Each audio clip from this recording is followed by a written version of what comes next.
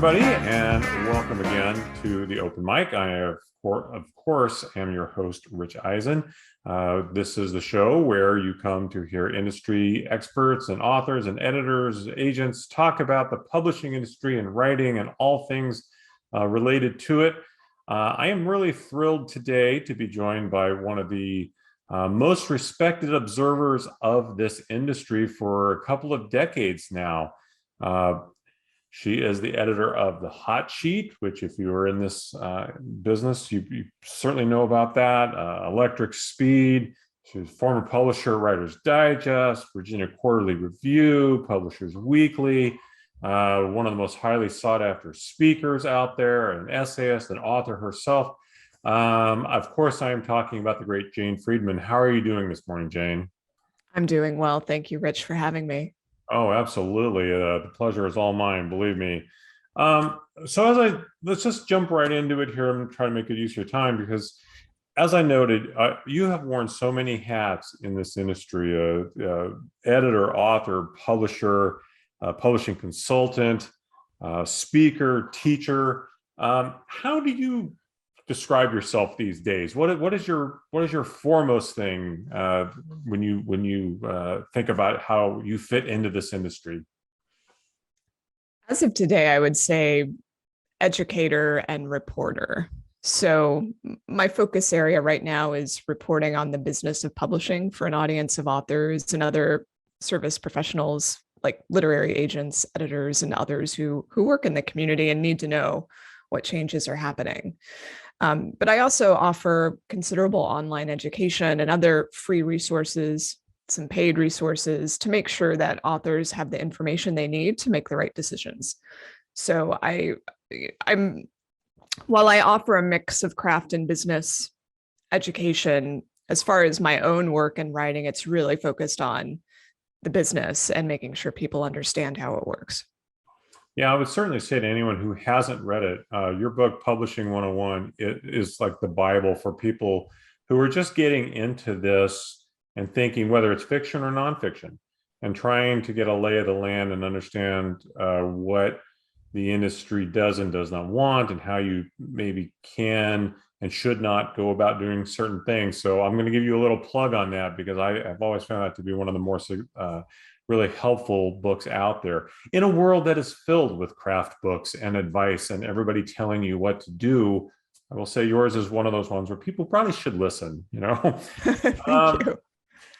We've been in a global pandemic, of course, for the better part of the last 2 years. And I think there were lots of theories as to what this would do to publishing. A lot of them, I think, at the beginning really thought this could be a death knell in some ways for publishing.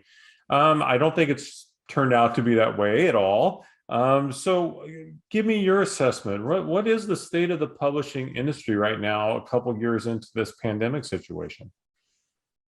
2021 saw the best sales for publishers in decades. You really couldn't find better results for as long as we've been tracking sales through NPD BookScan and the Association of American Publishers. You know, if you look at any of their releases from the last 3 to 6 months, it's stellar. So the pandemic has brought some rejuvenation to the industry, especially for the print side of the industry. At the same time, opening up people to digital forms of reading that they might not have been open to, pre-pandemic, because they had no choice. Right. So it's been a fascinating mix of factors that have driven sales up across the board, across almost every format and category. It's almost like no sector has been left behind. It's really amazing. And I think it shows that books are not dead. Print is not dying. I think the biggest issue the publishing industry has faced are supply chain issues, which, every sector is facing supply chain issues, but publishing has some unique problems that predate the pandemic that mean, the suffering along those lines are going to continue for some years, as far as access to printing time, paper, shipping books from China. All of these things are under a lot of pressure. So we'll probably see increased prices as we move out of the pandemic. That's interesting because you mentioned the supply chain, of course, and yes, every sector out there is dealing with supply chain issues. I think for a lot of folks, we've thought of that in terms of, well, there's not, all the bookstores are going away, but it sounds like what you're saying is it's much broader than that. Certainly, there was a shift to more online purchasing during the pandemic, which tends to put more power in the hands of Amazon. But there was also the launch of Bookshop, which is an independent online retailer focused on supporting independent bookstores, and they've been wildly successful. They just happened to launch at the right time, January 2020, before anyone knew what was coming. And their sales have continued to grow since their launch, and they've even launched in other countries like the UK. So, while independent bookstores are a tiny percentage of the overall market in the US, I mean, we're talking about a few drops in the bucket compared to where sales happen, again, mostly Amazon. I think that it's given a lot of hope and optimism to people throughout the industry who would really like to see a counterweight to Amazon and see other opportunities for books to be seen, to be merchandised, to be sold. I think the other thing that happened during the pandemic is that we all started thinking maybe more about the businesses we were supporting, what we want to see last through the pandemic. And so there's much more socially aware buying that has benefited independent bookstores. I want to frame that same question in regard to writers. I know the pandemic has had an impact on what I'm writing. And of course, as a reporter, that's different. But in my own writing, it's certainly pushed me away to some extent from some of the subject matter that I was writing. I do crime and mystery stuff. So, I was feeling very off-put by violence and all that negativity. And I know from talking to other writers, a lot of folks have expressed similar thoughts to me. At the same time, they've talked about how, the pandemic really screwed up my book launch. And, if you would please talk a little bit about the impact that the pandemic has had on writers, and maybe a little further, the opportunities for writers right now. We were talking about the industry, so let me bring it back to the industry, but from the writer's perspective. What kinds of changes have you seen for writers, and then what maybe does the lay of the land look like in terms of opportunities for writers? I mean, again, it's largely been positive, although so much depends on where you were earning your money and if you were relying on speaking fees or touring or events in some way to earn money. But that usually describes a pretty small percentage of authors. It's usually the A-listers and the blockbusters that benefit most from that in-person events and touring and signings where you can actually charge ticket fees. That doesn't describe most authors I work with, although certainly people who teach and do a lot of like side gigs or write for newspapers and magazines, those forms of income have been challenged. But there's been more acquisitions from publishers of all sizes. So deal volume is up significantly in 2021. It was up in 2020. We're seeing a lot of deal making because the publishers are selling more and they just see a very healthy, robust environment for books. Now, there are certain categories, if you were working in the travel category, for instance, or if you're writing a lot of dystopias, those you may feel some challenges there because of changing attitudes and likes and dislikes during the pandemic. But those are more, ephemeral. There's always, fashions that we go through in any industry that deals with culture and society and what people are thinking about and worrying about. You're going to see trends come and go. So if you are in fact writing a dystopia, don't feel disheartened. You just wait a couple of years and it will come back. Yeah, that seems to never go away. So maybe when we're not feeling like we're living it, that'll be a better time. I want to ask about social media, because I think social media confounds many writers, and some see it as just really too time consuming and distracting from them actually being able to get to their writing. But on the other hand, others love it. helps them discover new audiences or be discovered by new audiences and maybe connect with their fans. I'm sure the truth is really somewhere more in between all that. You had a blog post about this in December. So I would like to ask you if you would share a little bit of that with us in terms of the importance of social media to authors these days. And I'll preface it with one more thing. I know for nonfiction, it was always a really big deal. I mean, the bigger following was certainly a thing that mattered. Is it that way also with fiction authors? I mean, what's the lay of the land in terms of social media and authors these days? Well, the first thing I'll do is hopefully set aside anxieties people may have about social media. It's not all about your following. It's not going to determine how successful you are at the outset. It's just a really super helpful tool in your toolbox. So to say that you're not going to use that tool at all, like you're going to decide no hammers for you, only screwdrivers, it means that you may have to work harder in another area, or you may have to use different strategies. So I just want to try and relieve the anxiety around the issue, because I think sometimes people, they feel like it's a must, or they feel like they have to do this distasteful thing. And it actually creates just that psychological pressure, creates misuse of social media, and it has trickle down effects for all the rest of your marketing and promotion. You just feel bad all the time because you're not doing what you think you're supposed to do. That said, because more book sales are happening online, and because especially younger audiences discover books online, whether that's TikTok or Twitter or something else, it certainly helps spread word of mouth. That's the whole point of social media. Helps spread word of mouth about your book. It's not that you yourself are going out there and saying, buy my book on social media. That doesn't typically work all that well. It's that you're opening yourself up to communities and people and relationships and connections that will help your message get further in the end, so that you're not just sitting in a room by yourself hoping someone will discover this book you just published. Instead, you can go and walk into the party, or into a community, and celebrate with others, and also support others who are writing in the same area as you.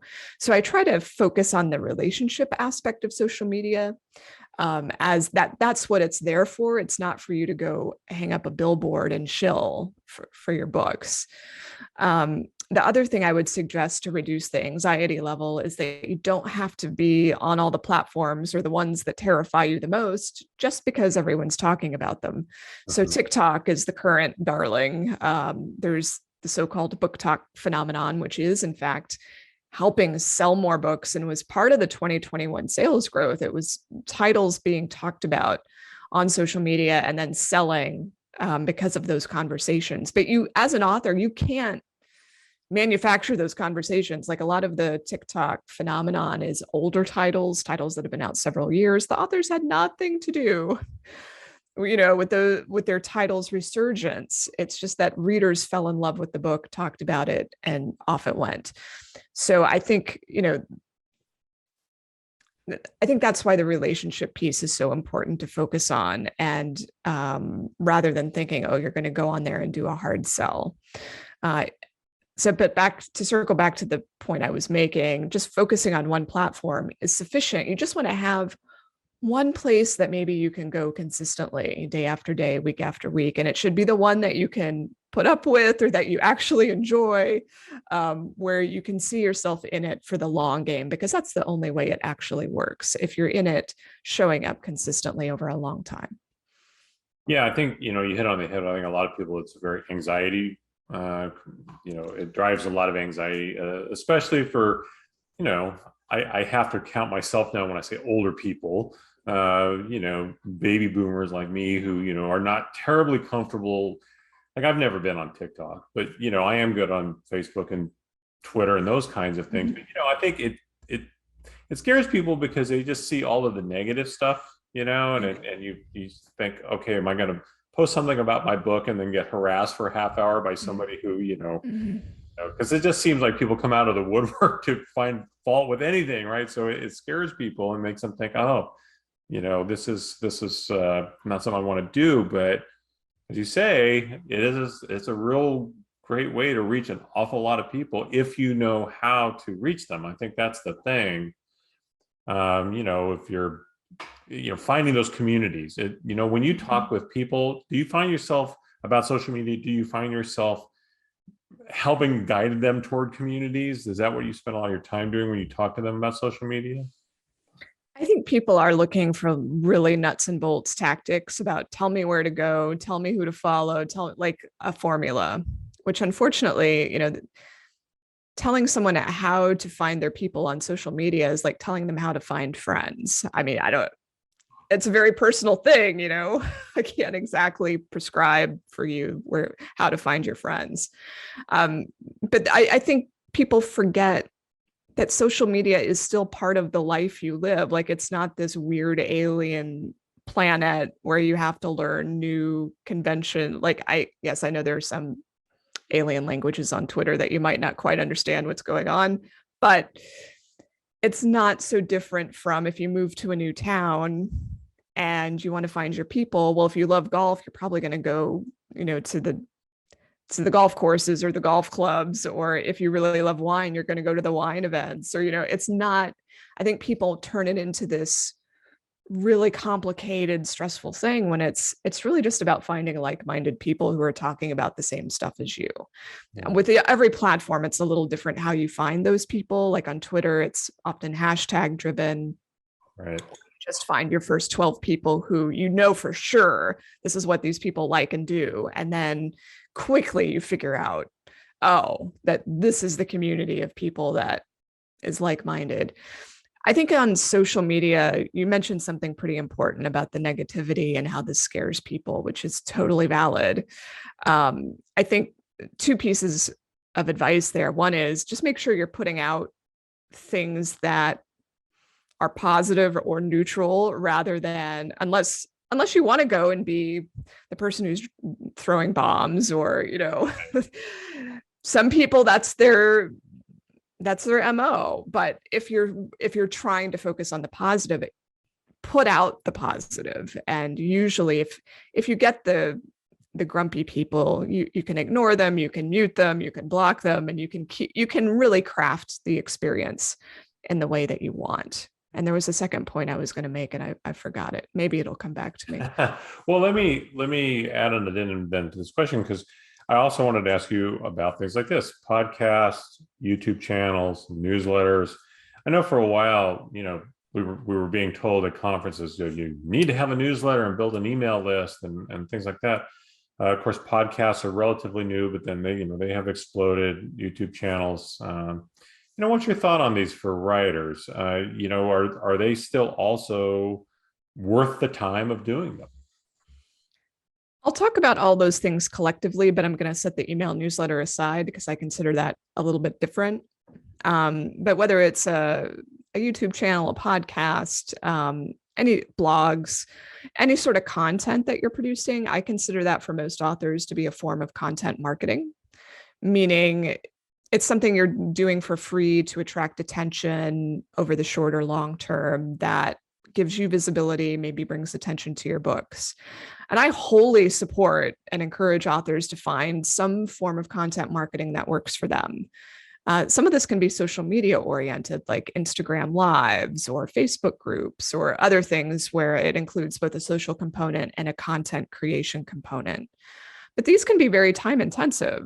It's no small thing to put out a quality show, or anything that, whether it's by yourself or in partnership with others. And it also requires consistency, that some authors, they'll do it for a couple months and they'll be like, well, that didn't work. And then they'll abandon it before it's really had a chance to gain momentum. I had to blog for 3 years before I saw a tangible payoff. And a lot of writers don't have that sort of patience. Right. So I do encourage it, but I recognize that it takes time, and there has to be a part of you that really enjoys doing it. Like, for the sake of doing it, I wouldn't still be blogging or doing email newsletters, which I'll talk about in a second, if I didn't genuinely enjoy hitting that ball again and again and again. I just like doing it. And other people, you can feel like they've been forced or told. Again, I find that you just don't stay in it long enough to see the payoff if you feel forced. Yeah. Yeah. So the email newsletter piece is the other thing that you brought up. And I consider that an essential marketing tool, like your website. So it's your way to interact with people who already know who you are, have probably already invested in one of your books, or they want to hear what's new. And so that really decreases your dependence on publishers, agents, retailers, name whoever you want. If you have a direct conduit to your readership that's not dependent on a third party, it's an enormously helpful investment that can help ensure sales in the future. Well, and part of the reason I asked that is because you mentioned the A-listers earlier. They're probably the only ones anymore who still can count on a huge marketing budget for their stuff. Everybody else, now you're going to have to contribute a tremendous amount to your own marketing. So I guess, what's the best advice you can give someone when it comes to marketing strategy? I mean, I know there's not one single thing, but I'm sure a lot of people ask you, like, okay, well, now what? What do I do about marketing this book? And we've been talking about some of them, of course, social media and a newsletter, those kind of things. But is there a key thing to a marketing strategy that you find yourself talking to writers about over and over again? Knowing your readership. And I think a lot of writers are pretty weak on that point. They tend to go too broad. They think their audience is everyone, or people who like novels, or people who like mystery. I mean, certainly once you get into some of the subgenres and niches, it might be enough to say my people really love cozy mystery, and that at least gives you some definition around what your marketing strategy should be. You're going to figure out how to reach the cozy mystery people, and there are definitely ways to do that. The beauty of social media and all of the internet, not just social, is that you now have a way to see what people are doing, what they like, what the market affinities are, whereas you did not have that prior to, say, roughly 2000. And it really was more of a shot in the dark, and you would have to do your full page ad in the New York Times, but now you can get so granular, and you can go to the places where there's visible, evidence. These people would love my book. It can be done through Facebook, through Twitter, through your own analytics on your newsletter or on your website. It can be done by looking at comparable authors and titles and seeing who's reviewed them and who's been purchasing them. There's just a breadcrumb trail for so many authors and books, so you don't have to reinvent the wheel. For people who don't know the slightest idea about who their readers are, or what it would mean to define that, I think your best first step is to figure out your comps, your comparable titles or competitive titles or authors, and study them. What are those authors doing?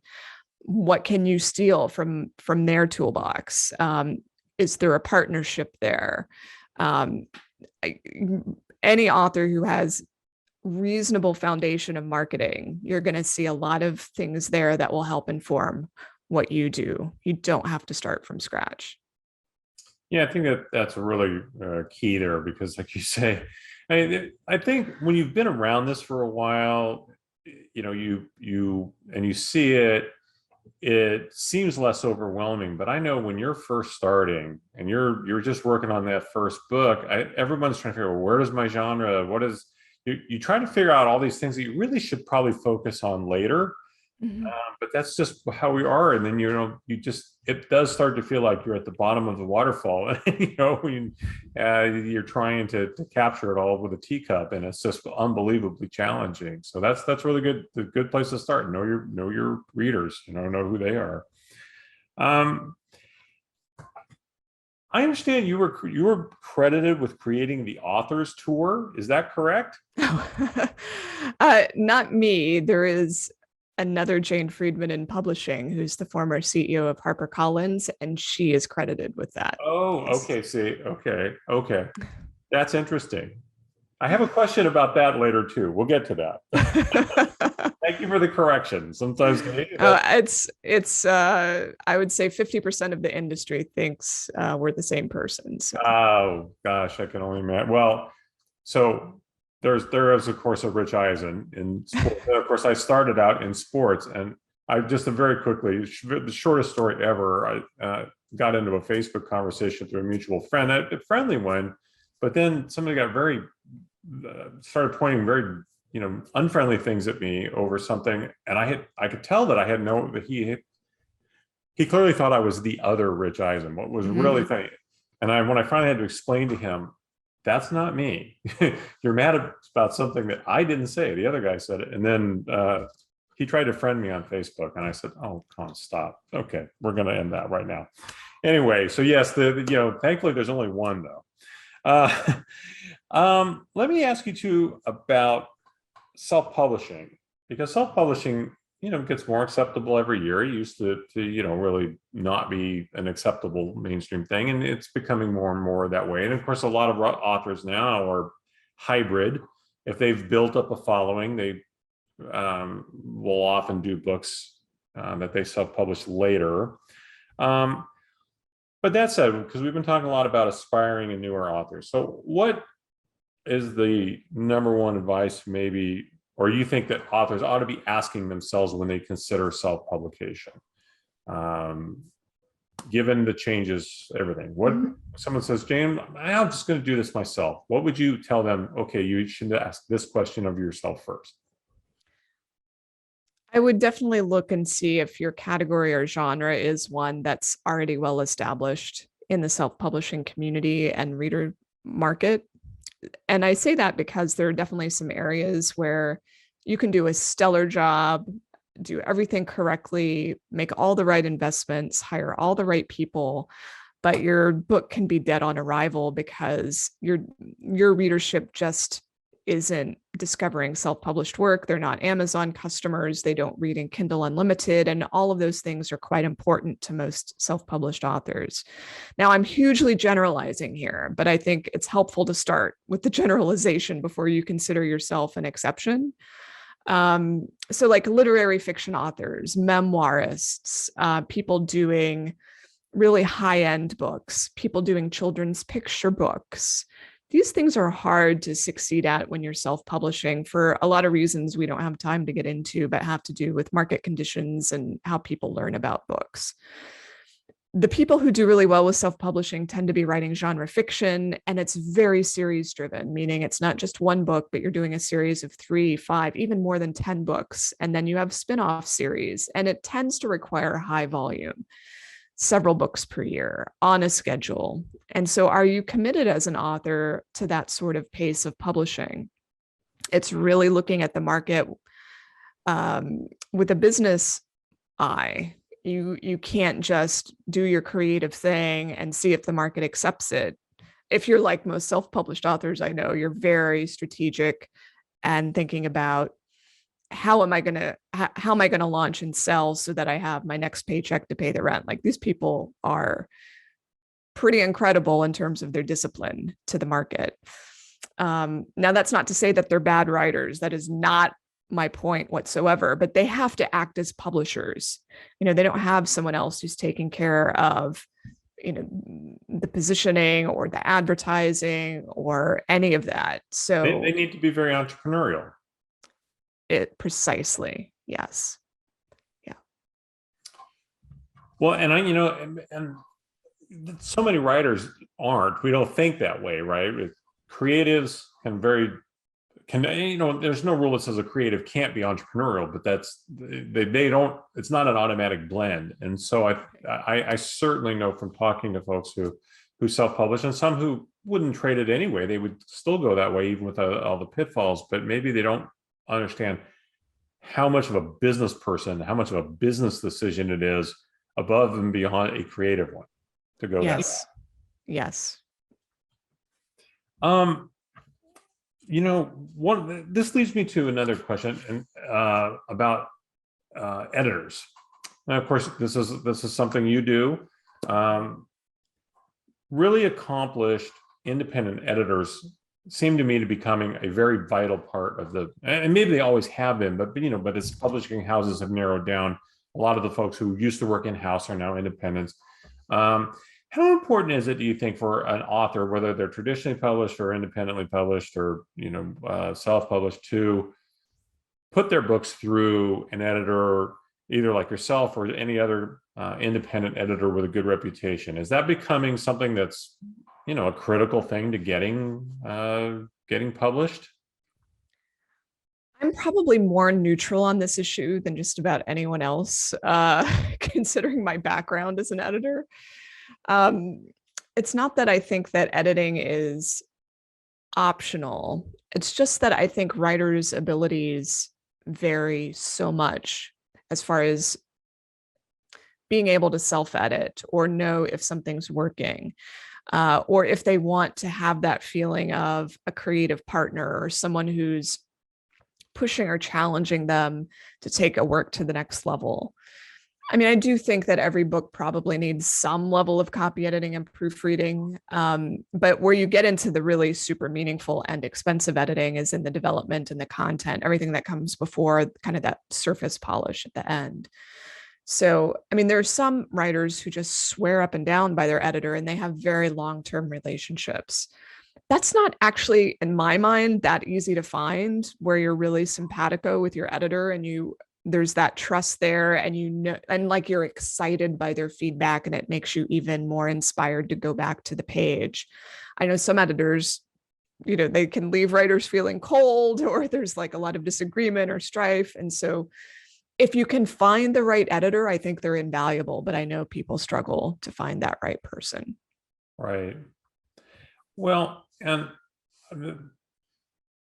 part of all of this to me, and maybe you actually have already answered this to some extent, but I want to, I because you had another recent post where you talked about the need for a writer to have that inner drive. And I think about that a lot, because this is such in some ways, a demeaning business. Anything that's creative, you put it out there, you're going to get judged, you're going to get rejected, you're going to get some, let's face it. I mean, everybody but your mom's the only one who's always going to tell you it's great no matter what. Everyone else is going to have an opinion, and about half the time it's going to tell you, why did you even bother, kind of thing. So to overcome that, you really need to have inner drive that pushes you through all those rejections and setbacks. And like I say, you did a post about this, and I wanted to know if you could just share that with us a little bit, and by talking about your thoughts on that need for a writer to have this inner drive. I hear from many writers who are basically looking for permission to keep going, or some sign that they're not wasting their time, which is the most natural thing in the world. Like, even I, as a student, a creative writing student, I wanted my professors to, tap me on the shoulder and say, yes, you should really be here and you will succeed if you continue. We're all looking for like some sort of assurance that we're not foolish or making a fool of ourselves. And, you get those. Most of us at some point will get really small rewards along the way, small signs. And it's really gratifying when that happens, and those things should be celebrated. But I can say, after many decades of being a writer myself, those affirmations or validations don't last. They don't last. And you can't base progress or whether or not you should continue on getting that external validation all the time. At least I don't think that's tenable to continue in that way. You have to have something internal that makes it worth continuing, even if you're not getting that external stuff. Now, again, don't get me wrong, like getting the external can be a really big deal, and it can give you like confidence maybe that you didn't have before, depending on the source. It can give you that signal that you've been waiting for. But there's always another turn. There's always something else that will happen that will feel defeating, that will take you down a notch, and you'll feel like, why am I here? Why did I do this? This is stupid. And so you just have to recognize that psychological pattern for what it is, so that you don't get stuck, and you don't put the burden on someone else of telling you whether or not you should continue. Yeah. I've asked you this question before, but I'll ask you just quickly again, because I think it does. A lot of people are interested in this. Do you think the industry overall now is a better one for writers than it was maybe when you started 20 years ago? Or is it just different? I think there are more opportunities than ever. And to me, that's exciting because, like you mentioned earlier, self-publishing wasn't as acceptable as it is today. There are lots of digital platforms and new ways of consuming stories that we didn't have when I started in the business. I'm thinking here of like Wattpad as the biggest example, but there are others. There are technological tools that just take the guesswork and the expense out of earning a living as a writer. Websites, email newsletters, all these things used to be hugely complex. You would have to hire specialists, but now you can reasonably get things started without having to hire help. So the barriers have really come down in a way that I think makes things better. The drawback is that it also sows confusion. Like, people feel overwhelmed with the choices. They also feel like they're not well equipped to deal with some of these media. There's the pressure and the anxiety to deal with these media. And so I can understand, like, it can feel like an assault of all these new things you have to do that maybe if you were an author in the 90s, it wasn't expected that you would have a website or an email newsletter or an online presence or, any of that. But I think it comes out being a net positive because you just have more control over your career and direction. Many people listening to this will take great gratification in that. As, I know you don't like to tell people what to do, but maybe you just give people some hope. That's a good. Yes. So actually, I told you I like to end on a fun question. I actually have two fun questions. So I'm going to hit the first one because I understand, and again, some of this is from our previous conversations, but also because I know you had an essay in a book on this issue a while back. I believe we are both fans of good bourbon. Do you have a favorite bourbon that you would share with me? My favorite is Buffalo Trace, which where I live right now in Charlottesville, Virginia, you can't get it. It's just never on the shelf. There's like a stock issue here. So tragic. It is tragic. That is a good one. I like Buffalo Trace. That's definitely a good one. And we don't have any problems getting it here in California. So I guess I should count myself lucky. I didn't not realize that. Well, then I will get to our final question here, which again, I mean for this to be fun. This is something I intend to, hopefully you'll find it as fun too. I give you three people. You get to choose one of these people that you would maybe want to sit down and have a glass of bourbon with and have a conversation with. One of them you're going to laugh out loud because since I screwed up the earlier one, but so your options are Julian Pappy Van Winkle, who, if anyone likes bourbon, that's the one that costs you, a house mortgage to buy. The other, Jane Friedman, and I don't mean the HarperCollins CEO, I mean Patti Smith's manager for years and years, also named Jane Friedman. Yes. And then your third option would be Mark Twain. One of those three people you could sit down and have a nice long conversation with. Who would you choose and maybe why?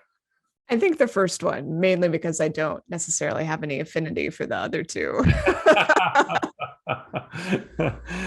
You would learn all about how the Pappy Van Winkle brand came to be and why it got so expensive. Yes, I want to know those marketing secrets. Yeah, absolutely. Someone that can, you get $2,000 or whatever for a bottle, basically water. So we pay money for these things, right? So anyway, Jane, thank you as always. Again, this is incredibly insightful. For those of you out there who haven't read any of Jane's books, I highly recommend Publishing 101, but you're in many others, essays out there. If you're at a conference somewhere and you see Jane on the docket, please go check out her presentations. You're not going to find too many other people in this industry as knowledgeable and as willing to share that knowledge as Jane. Really appreciate it very much. And have a great day. And for those of you out there, please also have a great day and join us again next time. If you haven't hit the subscribe button, whether you're on a podcast, and we're on all the major podcatchers now, whether you're on YouTube, just hit the subscribe button and you won't miss, you probably wouldn't miss me, but you don't want to miss people like Jane. So hit the subscribe button. All right. Until next time, this is Rich Eisen. For myself and Jane Friedman, this has been the Open Mic, and take care and be safe.